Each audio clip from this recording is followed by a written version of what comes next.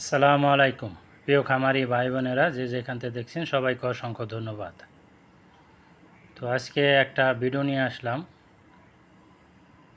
আমার এক ভাই কমেন্ট করছে যে ভাই আমি একটা গরুর খামার দিতে চাই, তো আপনি কি বলেন? তো আমি সেই ভাইয়ের উদ্দেশ্য বলতাছি। তো ভাই পাশাপাশি একটা চাকরি করে, তো চাকরিটা ছেড়ে দিয়ে ভাই গরুর খামার আসতে চাইতেছে।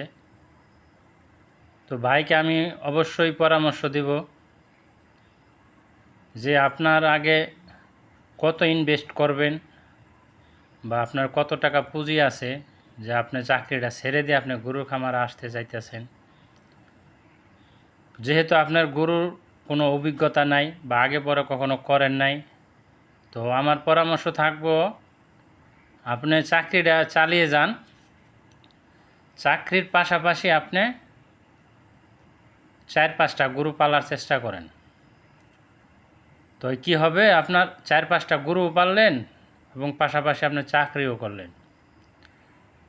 তো যখন আপনি 1 বছর বা 2 বছর পাললেন, পালার পরে আপনি দেখলেন এটার ভিতরে কীরকম প্রফিট আছে বা কীরকম লাভ আছে, তখন যদি আপনার মনে হয় যে না চাকরিটাই আমার তেমন একটা পুষতাছে না বা আমার গরুর খামারেই চলতেছে, ভালো চলতেছে আমি, তাহলে আপনি চাকরিটা ছেড়ে দিয়ে আরও কিছু গরু বাড়াইয়া আপনি পালতে থাকেন।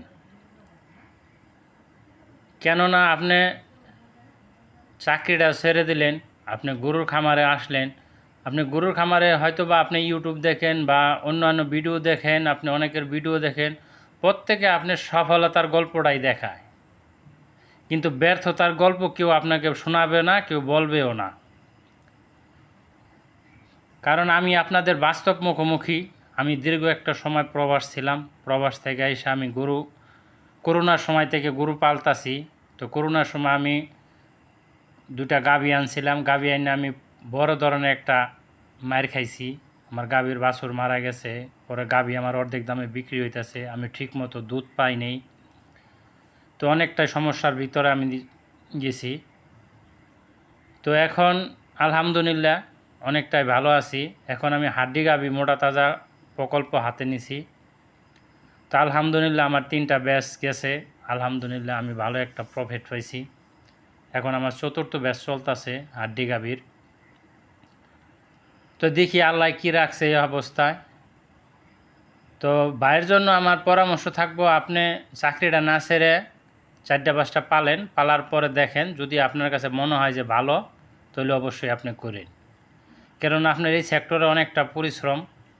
এই যে আমি একা মানুষ কাজ করি, দেখেন গরু সকালবেলা গরুর গোবর ফালাই, গরুর ঘর ধুই, গরু পরিষ্কার করে, গরুর ঘাস কাটতে হয় সকাল সকাল, ঘাস কাটে যায়, আবার গরুর সকাল খাওয়াইতে হয়, খাওয়ানোর পরে গরু আবার দুধও পাই আমি কিছু, ওটা নিয়ে আমি মনে করেন আবার বাজারও যাইতে হয়, অনেক সময় বাড়িতে বিক্রি করি। তো মনে করেন একা অনেকটাই পরিশ্রম, তারপরেও আপনার কোনো প্যারা নাই বলতে আপনার কেউ আপনাকে অর্ডার দিতেছে না, কেউ আপনাকে করতে বলতেছে না। আপনার যখনকার যে কামটা করার ইচ্ছা হইতেছে আপনি তখনই করতেছেন, যখন ইচ্ছা হইতেছে না তখন করতেছেন না। আজকে আপনি অসুস্থ, আপনি করতেছেন না, কিন্তু আপনারা কেউ জোর দিতেছে না কাজের উপরে।